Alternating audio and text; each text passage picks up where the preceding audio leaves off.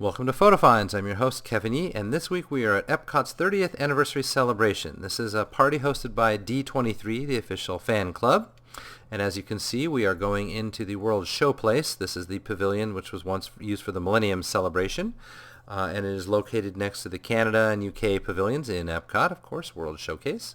We're going to have a look at some of the decorations they've got set up in there, some floor projections, as well as what you can see, they've got some screens set up sort of across the front end of the stage, and then some screens showing slides off on the side. Now this is an upcharge event. It costs either several dozen or almost $200, and about 1,200 people came, as you can see here in this picture, paying the upcharge prices. Now you'll see some slides as we waited for the shows and the panels to begin. This is Buzzy from Cranium Command, Suitor Computer, the live stage show, some fake artwork as though the more recent Spaceship Earth editions have been planned all along, Living Seas opening ceremony, and then Horizons. And then I liked this little bit of humor, as though the monks toiling endlessly gave us this more modern kind of concept art or comic art. Now, the head of D23, Stephen Clark, kicked us off and then led us into this World Key voting system. And, of course, the vote that won, of the various things we could do, is talk with Marty Sklar about the dawn of the new Disney era. Now, he couldn't be there until later in the day. With the upcharge people had a dessert banquet late in the evening, and Marty made it to that, but he wasn't there for this panel. It was pre-recorded, so it was streamed in.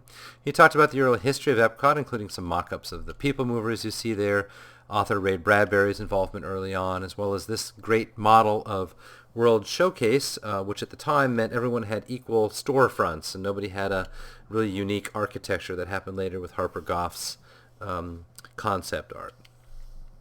And including this as well, the Iran pavilion, which of course never came to be because the Shah was deposed shortly after they got permission to do it. Looked at some of the preview videos leading up to Epcot, such as One Man's Dream, Michael Landon there. And then there was a panel exploring many of the stories involved in the construction of Epcot, the initial building, the staffing of Epcot. These are several folks who were involved at the time. It was hosted by Imagineer Jason Sorrell, who's a current Imagineer. Then came Epcot on Film, hosted by Tim O'Day. You see Tim over here on the right. We talked about some of the lead-in videos for when Epcot was brand new, the presence of Smart One, for instance.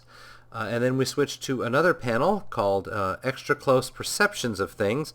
It's supposed to be short for Epcot, although it turns out to be ECPOT, if you look at that closely enough. These are three Imagineers. There's Jason Sorrell again, this time here in the front. And then Alex Winter in the back and Jason Grant over on the side. They always do kind of an interesting, fun and joke-filled take on the details of the Disney parks, and this is them and their early experiences in the parks. And this is the discussion of Spaceship Earth, how it was originally told to the designers, to John Hench specifically, that there was no engineering way to have it be completely off the ground. And John Hench said, no, let's build this platform, and then you'll have to build the rest of it as an entire sphere. And so he won engineering awards as an art designer.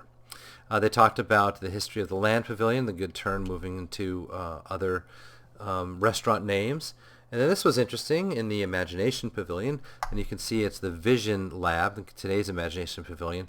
Some of the memos come from things like Medfield, this is old Disney movies, or here Jason Grant said this was kind of his shopping list, one that he just invented. And then over on the side here, Tom and Marty, that's Tom Fitzgerald and Marty Sklar, are referenced in this sequence as well. Now, Journey into Imagination includes this sheet music, One Little Spark, with the Dreamcatcher vehicle. This is visible, of course, in the last scene of today's attraction. Jason Grant has told the story before. These are banners outside of today's Innoventions. This green trapezoid-looking thing is his representation of these stairways, which you can see from the People Mover. He always, as a kid, had wondered where those went, and so he included them just because it seemed mysterious. And this DNA chain here spells out Communicore, because Communicore was the DNA, quote-unquote, of today's Innoventions. The Norway Pavilion was once just a series of bathrooms. In fact, it was Danish-themed at the time, and they built the existing pavilion around the bathrooms which were there before the pavilion even came. Another view of the Imagineers still in conversation. They pointed out that this building in Norway is the friendliest building in Epcot because these two buildings actually share a single doorway. The China Pavilion, this is one of the many little touches that make things believable. A staircase up to nowhere, actually, a door that doesn't actually open, and a balcony as though people could go up there, makes things all the more believable. Here's a detail you may have known about in the Two Brothers film, The American Adventure. This is a scene from Disneyland. This is the Frontierland train station, and though you can see this scene in the movie, you can't normally see it in color, and so I took the photo here because it's interesting that you can see everyone in color, and the film, of course, is in black and white. Jason Grant told a story about walking around Tokyo with a watermelon box, that just seemed very foreign to the Japanese people. He was purchasing it for the current exhibit in the Japan Pavilion. Now, we've just begun to dream. Led us to the next panel, which is all about the live entertainment. There's Ron Logan, a Disney legend, and Ron was host to several other folks who were instrumental in the early creation of Epcot live action and entertainment, and they told many stories about what it took specifically for these opening ceremonies and some of the dances that they performed, as well as the pouring of the waters from around the world, the rivers of around the world, into that fountain of nations, and then this great tribute to all nations with the American bands. There are about, I think they said 500 band members atop the Communicore buildings. And the vision here, Ron Logan said, was a little bit more like Custer's Last Stand, that where did all these Indians come from at the last second. We then had a presentation from Daniel Joseph. You can see him here. He's from Walt Disney Imagineering, and he's from the section of Imagineering called Illusionering. And he paid particular attention here to Yale Gracie off to the side. And Yale was the kind of seen as the father of Illusioneering. And Illusioneering would be anytime you're trying to fool the audience, anything that looks like special effects or magic, these are the Illusioneers. And so one of the main Illusioneers at Epcot at the time, his name was McCarthy, Bob McCarthy, and you can see him here in the shop, and you can see him here in Two Brothers. He was the father figure in Two Brothers. A little bit more about the universe of energy. We were taken kind of on a pavilion by pavilion tour of the future world, especially in the Illusioneering going on at the time. John Hench, Marty Sklar, and others here in an early mock-up of Horizon's vehicle. And then the Horizon's vehicle again done as a mock-up in a circus tent back in California, so they could see how the how the system would work and play in real life. And this is the Omnispheres. They took pains to build that first and then built the building around it, we are told. This was the scenes used for that finale sequence when our vehicle, if it was going through the desert, went through what was a model. And this was a very large model. They had to build it on a hangar at the Bob Hope Airport in Burbank. And then again, there's the DNA sequence, one of the early computer-generated images used in Horizons, as well as some holography or Pepper's Ghost type effects. And then our host Daniel really marveled at the in the days before computers, any kind of special effect you would do here. This is the end of Horizons, where you'd see the Starfield turn into GE. This had to be done by hand, and that was really kind of old style. Other GE mentions in the queue, as well as then a look at the future port, the future city, I should say, in World of Motion. Over to Journey of Imagination, you can see here the original sign, Journey in Imagination. And then in the ImageWorks area at the end, you could paste Michael Jackson's image over and over again. That drew a laugh from the crowd.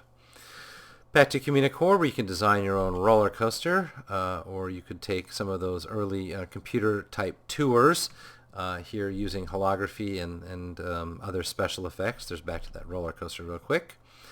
Daniel shared with us that they were at one time experimenting with using a Tesla coil and live electricity in this scene for the trolls, but then realized it wouldn't be a great idea, especially since everyone was on the water at the time. And then he pointed out he's involved with the current test track redo, which should give kind of even more of the history of transportation at Epcot from time immemorial. Then we switched to Journey into Imagination, a panel that didn't let us take photographs of any of the artworks. So I show you just this one photograph of Imagineer Tony Baxter and Stephen Vagnini, who is from D23 and the archives, who were giving the talk of Journey into Imagination. They were joined later by two of the main folks from Imagination. That's Steve Taylor and Ron Schneider, the original dream finders of the attraction. Ron came first, and Steve Taylor came later and lasted longer. He lasted 15 years in the role. Then it was a panel about the music. We have Russell Brower, Greg Ehrbar, and then Tim O'Day again. Again, Stephen Vagnini over on the side, telling us a little bit about theme park history, the music of theme park history. And we go through several phases of this. We have Buddy Baker, who did quite a lot of the music to begin with, and we went through several slides here. In fact, we listened to a demo reel of Kitchen Cabaret, and so I thought I would share with you a lot of the concept art here that was used for Kitchen Cabaret, since this is a perennial favorite. Bonnie Appetit, of course, and Mr. Broccoli. And there was even a shop named after Broccoli because he was such a popular character in the original Land Pavilion. And so several of these pieces of artwork then were transformed almost directly into what we knew from the ride later on. As we work our way towards the end of those Kitchen Cabaret slides, then we get to another part of the same music celebration. The Sherman Brothers in this case, and you can see they were involved in several things. Magic Journeys was said to be Marty Sklar's favorite piece since it was so evocative. George Wilkins, who had done the Horizons music, and you can see some of that there for Tomorrow's Windows, and we had a live treatment of Tomorrow's Windows from the Armchair Archivist from D23. She came in and sang for us. It was her birthday, in fact. And then the Tomorrow's Child's songwriters gave us a video message, and we saw some of the artwork for Tomorrow's Child as well. And then Bob Moline, who sang several things like Listen to the Land, the Canada movie, Universe of Energy, and so forth, was also honored with the sequence. And that really closed us out with then this performance of American Adventure song Golden Dreams. This is by a longtime performer at Epcot who was there at the beginning and was famous for such things as the playing Ken in the Barbie show. And there was a sequence in the middle there with Walt Disney quotes instead of quotes by John F. Kennedy and the astronauts and so forth. It was a really very touching sequence, and I'm glad they put that in. And then Stephen Clark bid us farewell.